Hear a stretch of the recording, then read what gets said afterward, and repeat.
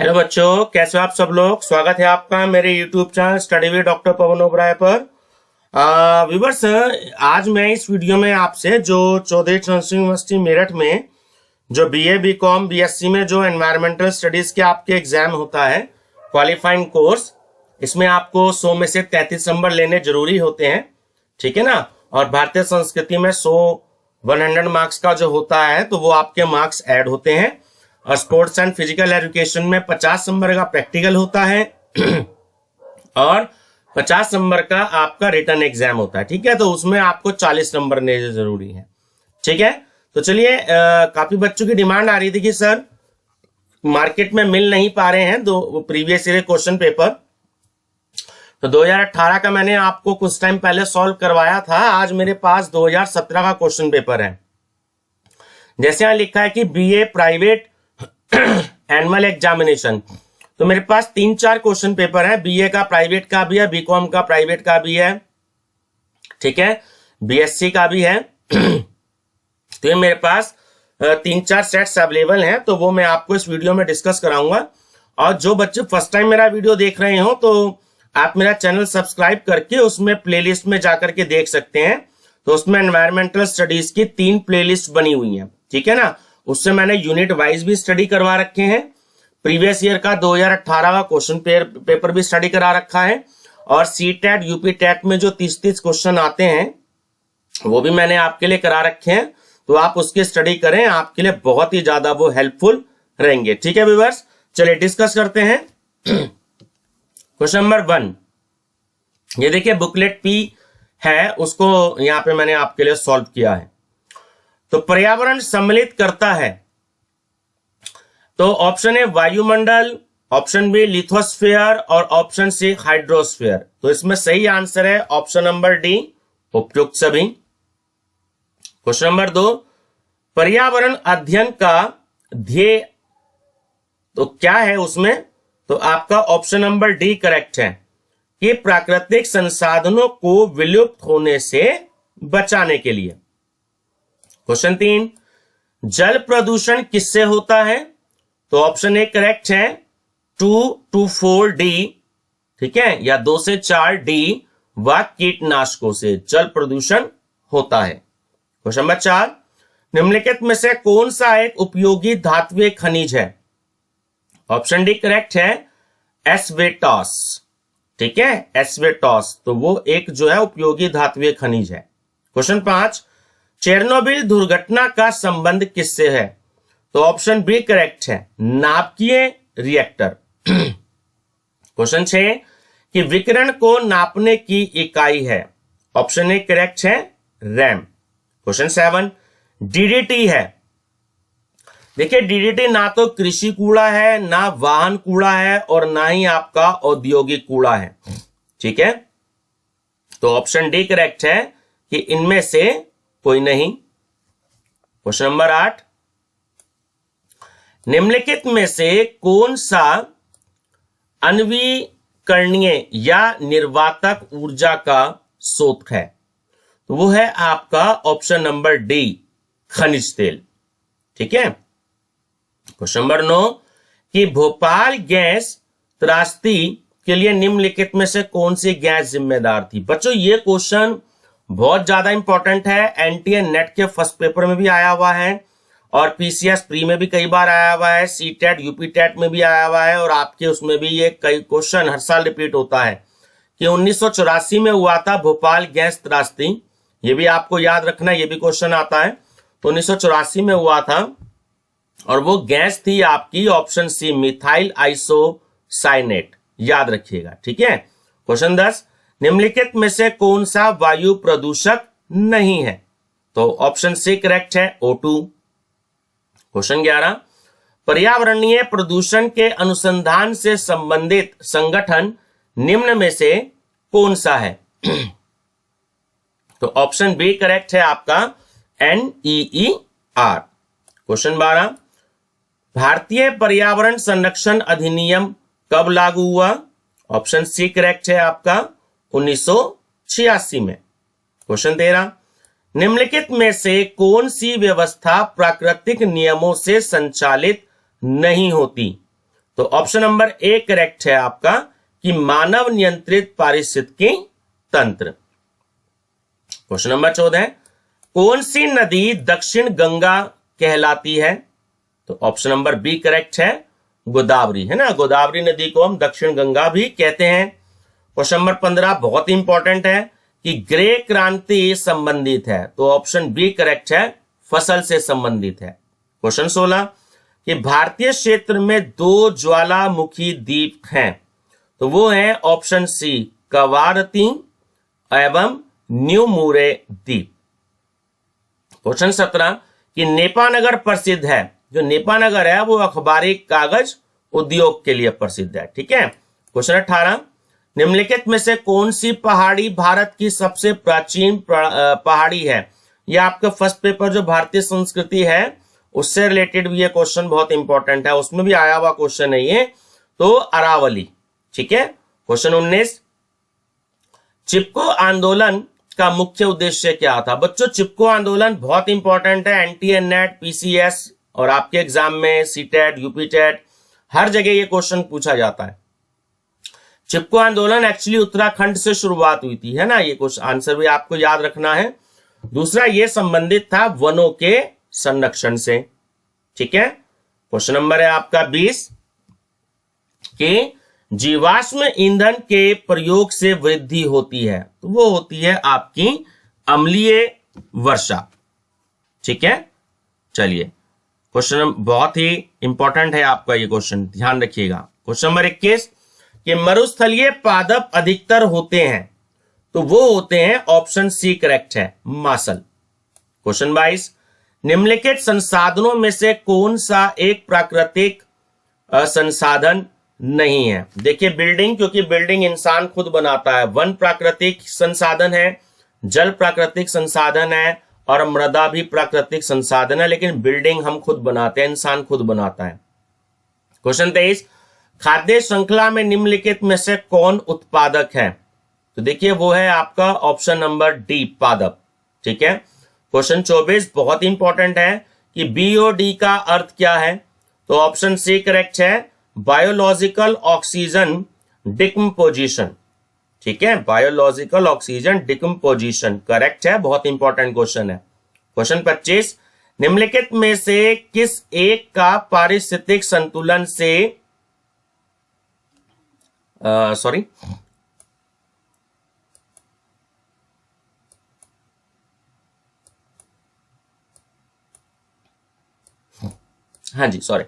निम्नलिखित में से किस एक का पारिस्थितिकी संतुलन से संबंध आपका नहीं है? वो है आपका ऑप्शन नंबर सी उद्योग प्रबंध। क्वेश्चन 26 पारिस्थितिकी की कौन सी शाखा इकुमेनी कहलाती है? ऑप्शन बी करेक्ट है, मानव पारिस्थितिकी। क्वेश्चन 27 कि घर के अंदर रखे जाने वाला छद्म या कृत्रिम पारिस्थितिकी तंत्र कहलाता है? तो वो है आपका ऑप्शन नंबर बी एक्वेरियम। देखिए एक्वेरियम जो होता है उसमें जो लोग मछलियां पालते हैं, आपने अक्सर देखा होगा, तो उसे हम एक्वेरियम बोलते हैं ना। अक्सर हम शॉपिंग मॉल में जाते हैं या कई लोगों ने घरों में भी एक्वेरियम रखा होता है, तो उसमें मछली को पालते हैं। चलिए क्वेश्चन 28 है पारिस्थितिकी तंत्र सूक्ष्म जीव होते हैं? ऑप्शन सी अपघटक। क्वेश्चन 29 कान्हा राष्ट्रीय पार्क स्थित है कहां पर? ऑप्शन बी मध्य प्रदेश में। क्वेश्चन 30 उत्तराखंड में स्थित कार्बेट राष्ट्रीय पार्क प्रसिद्ध है किसके लिए? चीता के लिए। क्वेश्चन 31 देखिए मैचिंग करनी है, सीधा मैं आपसे आंसर पे बात करूंगा। ऑप्शन ए करेक्ट है। इसमें जो वाइल्ड लाइफ संरक्षण कानून है वो बना था सन 1972 में, ठीक है। इसके बाद है बायोडाइवर्सिटी जो बिल बना था वो बना था सन 2002 में। सी है दुधवा राष्ट्रीय पार्क, तो वो है आपका उत्तर प्रदेश में दुधवा राष्ट्रीय पार्क। और जो डी है आपका नेक्रेक बायोस्फीयर, तो वो है आपका नेक्रेक बायोस्फीयर मेघालय में, ठीक है। चलिए क्वेश्चन नंबर 32 ये भी आपका मैचिंग का है। देखिए सीटेट, यूपीटेट या एनटीए नेट में ऐसे मैचिंग वाले क्वेश्चन ज्यादा आते हैं। आप लोग के बीए, बीकॉम, बीएससी में तो कम आते हैं, लेकिन आते हैं। लेकिन एनटीए नेट और पीसीएस में तो बहुत आते हैं मैचिंग वाले। देखिए कान्हा राष्ट्रीय पार्क, तो ये कान्हा राष्ट्रीय पार्क स्थित है केरल में, ठीक है। उसके बाद है आपका बांदीपुर राष्ट्रीय पार्क, तो वो आपका स्थित है मध्य प्रदेश में। तो सॉरी, मैं गलत बोल गया, दोबारा से रिपीट कर रहा हूं। जो कान्हा राष्ट्रीय पार्क है वो है आपका मध्य प्रदेश में, ठीक है। बांदीपुर जो राष्ट्रीय पार्क है वो आपका है कर्नाटक में। और जो सी है पेरियार राष्ट्रीय पार्क, वो आपका स्थित है केरल में। और गिर राष्ट्रीय पार्क वो है आपका गुजरात में, ठीक है। ध्यान रखेंगे, बहुत इंपॉर्टेंट है। क्वेश्चन 33, ये भी बहुत इंपॉर्टेंट है कि वन्य जीव सप्ताह कब मनाया जाता है। तो 1 से 8 अक्टूबर तक वन्य जीव सप्ताह मनाया जाता है। अक्टूबर आपको इसमें याद रखना है। क्वेश्चन 34 की पृथ्वी पर मौसम संबंधी घटनाएं घटित होती हैं। तो ऑप्शन डी करेक्ट है, आयनोस्फीयर। क्वेश्चन 35, मरुस्थल में उगने वाले पादप कहलाते हैं। ऑप्शन सी मरुद्भिद। क्वेश्चन 36, हिम तेंदुओं के निर्मूलन का मुख्य कारण क्या है। तो ऑप्शन ए करेक्ट है, खाल के लिए शिकार। 37, डेसिमल विमा यानी ध्वनि, यानी कि जब हम ध्वनि को, आवाज को नापते हैं, ठीक है, तो वो डेसिबल में नापते हैं। जिस तरीके से जब भूकंप आता है तो उसको हम रिएक्टर स्केल में नापते हैं कि कितना है, ठीक है ना, ध्यान रखिएगा। तो जैसे आवाज होती है, ध्वनि होती है, उसको हम डेसिमल में नापते हैं, उसको, उसकी यूनिट यही है। क्वेश्चन 38 बहुत इंपॉर्टेंट है कि आईपीसीसी संक्षिप्त रूप है, तो वो है inter government panel on climate change. मैं रिपीट कर रहा हूं, ऑप्शन डी करेक्ट है, inter government panel on climate change. Question 39, वायुमंडल में अम्लीय वर्षा निम्न पदार्थ के उत्सर्जन से उत्पन्न होती है। तो ऑप्शन डी करेक्ट है कि नाइट्रोजन व सल्फर के ऑक्साइड से। क्वेश्चन 40, कौन उद्योग प्रमुख रासायनिक प्रदूषण पैदा करता है। तो ऑप्शन डी करेक्ट है आपका चमड़ा उद्योग, ठीक है। क्वेश्चन 41, जुगालू करने वाले पशु से किस ग्रीन हाउस गैस का निस्सरण होता है। वो होता है option number A, CH4। Question 42, निम्नलिखित में से कौन सा एक वृक्ष पारिस्थितिकी आतंकवादी कहलाता है। ठीक है, बहुत ही इंपॉर्टेंट क्वेश्चन है। तो ऑप्शन डी करेक्ट है, सफेदा। क्वेश्चन 43, घर में विकिरण का मुख्य स्रोत है। तो option B, colour TV. Question 44, मृदा प्रदूषण के लिए उत्तरदायी मुख्य तत्व है। वो होता है आपका प्लास्टिक, ठीक है। क्वेश्चन 45, कि भूकंप की तीव्रता नापी जाती है। जैसे मैंने आपको भी बताया 2 मिनट पहले, तो भूकंप की तीव्रता जो नापी जाती है वो रिएक्टर स्केल में नापी जाती है। यहाँ पे स्केल वर्ड यहाँ पे मिसिंग है, ठीक है ना, तो रिएक्टर स्केल पूरा नाम होता है। क्वेश्चन 46, के निम्नलिखित में से कौन सा एक शहर गंगा नदी को प्रदूषित नहीं करता है। तो ऑप्शन डी करेक्ट है आपका, बेंगलोर, ठीक है, जो गंगा नदी को प्रदूषित नहीं करता है, बेंगलोर, ध्यान रखिएगा। क्वेश्चन 47, इको मार्क उन भारतीय उत्पादों को दिया जाता है जो, ऑप्शन सी करेक्ट है कि पर्यावरण के प्रति मैत्रीपूर्ण है। क्वेश्चन 48, सरदार सरोवर बांध का निर्माण किया जा रहा है, ये भी बहुत इंपॉर्टेंट है, तो गुजरात में किया जा रहा है। सरदार सरोवर बांध का निर्माण गुजरात में किया जा रहा है। क्वेश्चन 49, टिहरी बांध बनाया जा रहा है। ऑप्शन ए, भगीरथी, ठीक है। क्वेश्चन 50, भूमि या मृदा संरक्षण के लिए कौन उपयुक्त नहीं है। तो ऑप्शन बी करेक्ट है, स्थानांतरित कृषि। क्वेश्चन 51, डिकम्पोजर्स में शामिल है। तो देखिए उसमें बैक्टीरिया भी शामिल होता है और फंजाई भी शामिल होता है, तो ऑप्शन सी करेक्ट है, ए और बी दोनों। क्वेश्चन 52, वर्मी कंपोस्टिंग की जाती है। ऑप्शन ए करेक्ट है, कृषि के द्वारा।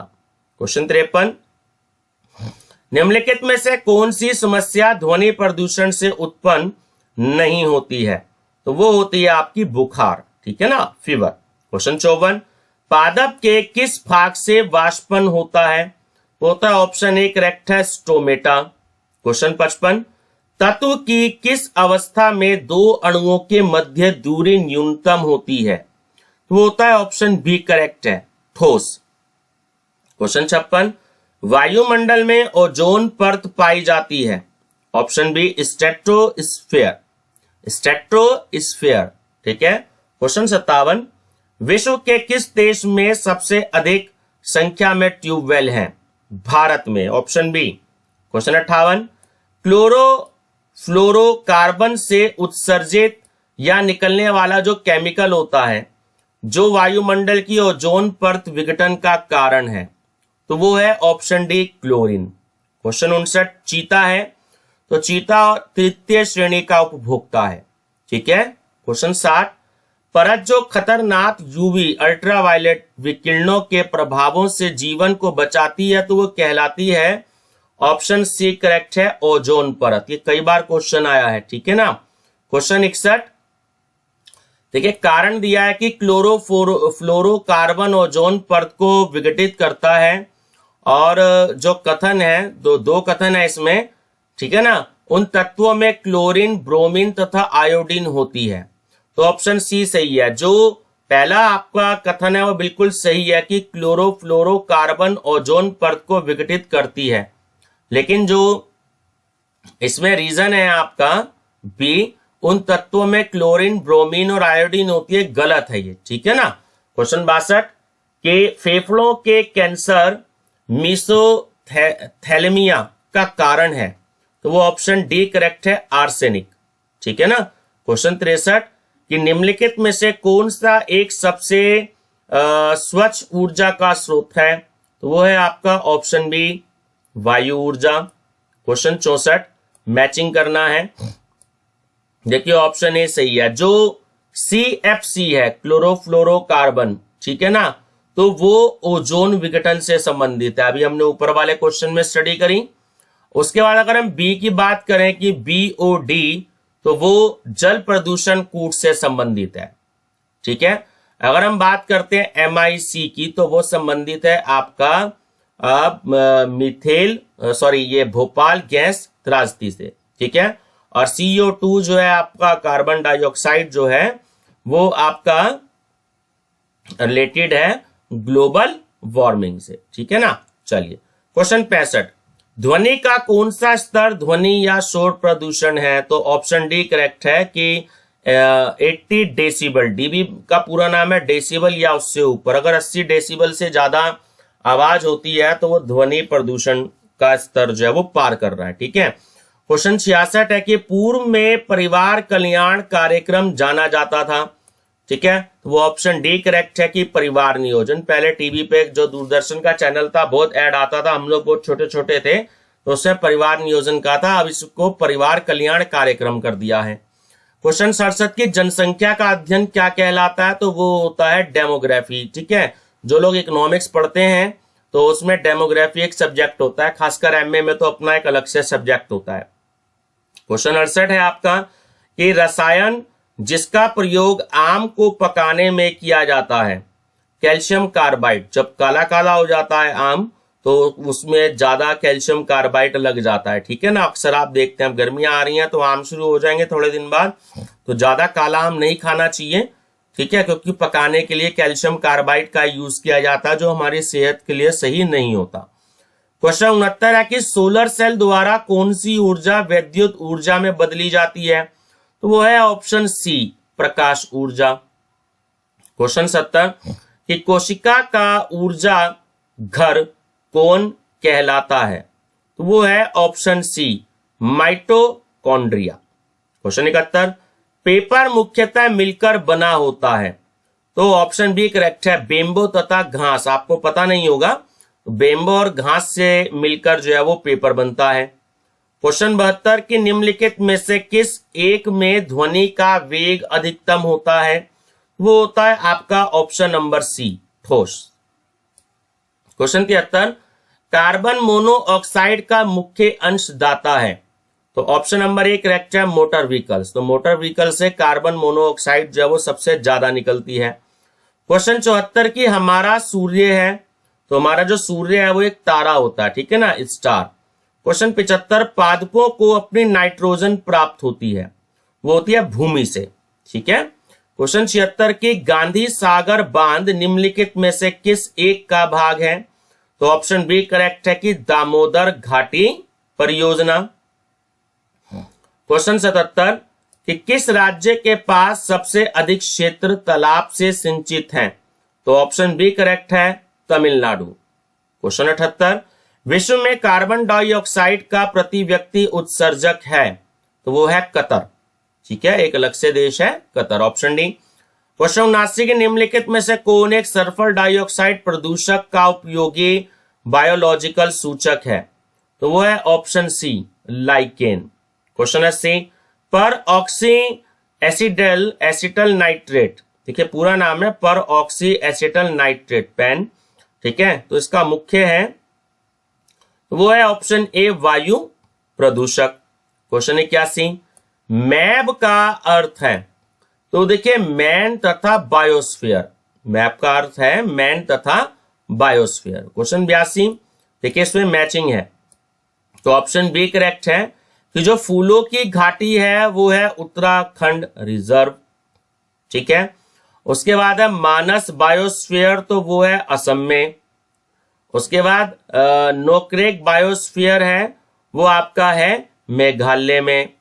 और जो डी है दुधवा नेशनल पार्क, ये रिपीट हो रहा है, अभी ऊपर क्वेश्चन आया था, तो दुधवा नेशनल पार्क जो है वो है आपका उत्तर प्रदेश रिजर्व में, ठीक है ना, याद रखेंगे, बहुत ही इंपॉर्टेंट है। चलिए क्वेश्चन 83 है निम्नलिखित में से कौन जैव निम्नीकरण है कूड़ा है?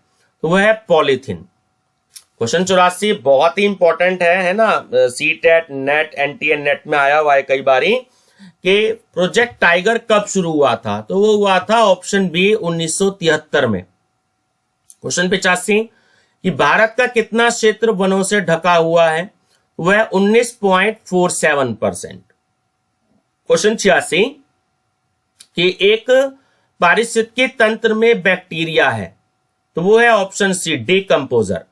क्वेश्चन 87 ये भी बहुत ही मोस्ट इंपॉर्टेंट है कि भारत में बायोस्फीयर रिजर्व प्रोजेक्ट शुरू कब किया गया था?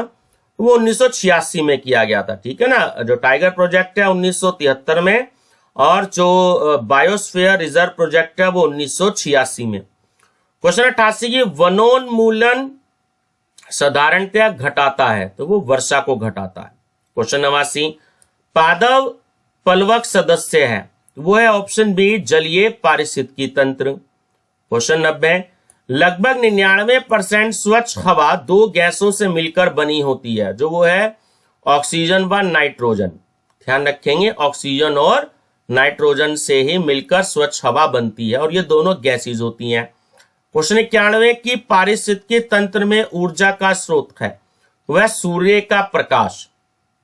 92 कि वायुमंडल में ऑक्सीजन व कार्बन मोनोऑक्साइड के प्रतिशत की मात्रा है, तो ऑप्शन ए सही है कि 20.95% तो ऑक्सीजन की मात्रा है और कार्बन मोनोऑक्साइड की है 0.004%, ठीक है, बहुत इंपॉर्टेंट है, याद रखेंगे। क्वेश्चन 93 कि एक नदी जिसकी बीओडी का मान अधिक है, तो ऑप्शन सी वो अत्यधिक दूषित है, ध्यान रखेंगे। क्वेश्चन 94 कि निम्नलिखित में से कौन गैसोलीन में अपस्फोट रोधी यौगिक की तरह है? तो वो है आपका option number D tetra methyl lead, tetra methyl lead. चलिए क्वेश्चन 95 कि मानव की जनसंख्या वृद्धि वक्र है, तो वो है जे शेप्ड वक्र, जो है जे शेप्ड, ठीक है ना। क्वेश्चन 96 कि निम्नलिखित में से किस देश का जनसंख्या घनत्व भारत से अधिक है? तो वो है बांग्लादेश। बांग्लादेश का जो जनसंख्या घनत्व है वो भारत से अधिक है। क्वेश्चन 97 के निम्नलिखित में से कौन सा कथन जनसंख्या घनत्व को परिभाषित करता है? तो वो है आपका ऑप्शन नंबर बी एक यूनिट क्षेत्र में रहने वाले मनुष्यों की जनसंख्या। क्वेश्चन 98 एनएनपी क्या है? तो एनएनपी है आपकी नेशनल पॉपुलेशन पॉलिसी, ठीक है, राष्ट्रीय जनसंख्या नीति। चलिए क्वेश्चन 99 की बायोडाइवर्सिटी, तो ऑप्शन ए करेक्ट है कि भूमध्य रेखा की तरफ बढ़ती है। जो बायोडाइवर्सिटी है वो भूमध्य रेखा की तरफ बढ़ती है। और बच्चों लास्ट क्वेश्चन है, निम्नलिखित में से किस क्षेत्र में अधिकतम डाइवर्सिटी है? तो वो है आपका ऑप्शन सी, मूंगा चट्टान, ठीक है ना, जिसे हम प्रवाल भित्ति भी कहते हैं। तो बच्चों ये था चौधरी चरण सिंह यूनिवर्सिटी मेरठ का आपका 2018 का क्वेश्चन पेपर, ठीक है, सॉरी 2017 क्वेश्चन पेपर। तो 3 क्वेश्चन मेरे पास अवेलेबल हैं, तो वो मैं आपसे डिस्कस करूंगा, और स्पोर्ट्स एंड फिजिकल एजुकेशन भी आपसे डिस्कस करूंगा। ये भी प्रीवियस ईयर क्वेश्चन मेरे पास में है, और मैंने और भी क्वेश्चन तैयार किए। तो जो बच्चे मेरा फर्स्ट टाइम चैनल देख रहे हो, तो मेरा चैनल पसंद आए तो लाइक शेयर सब्सक्राइब जरूर करिएगा। तो ये क्वेश्चन आपके और कंपटीशन से रिलेटेड भी बहुत ही ज्यादा इंपॉर्टेंट होते हैं, ठीक है ना बच्चों। तो बेल आइकन प्रेस करिएगा ताकि ऑल नोटिफिकेशन आप तक सबसे पहले पहुंचे। और मेरा चैनल जो है आप प्लेलिस्ट में देख सकते हैं, उसमें भारतीय संस्कृति की भी वीडियो है, उसमें स्पोर्ट्स एंड फिजिकल एजुकेशन का भी पेपर सॉल्व है, और उसमें एनवायरमेंटल स्टडीज का भी पेपर सॉल्व है, और बहुत सारे 3 प्लेलिस्ट है एनवायरमेंटल स्टडीज की, तो आप स्टडी कर सकते हैं। ठीक है, वीडियो पसंद आए तो लाइक शेयर सब्सक्राइब जरूर करिएगा। Thank you.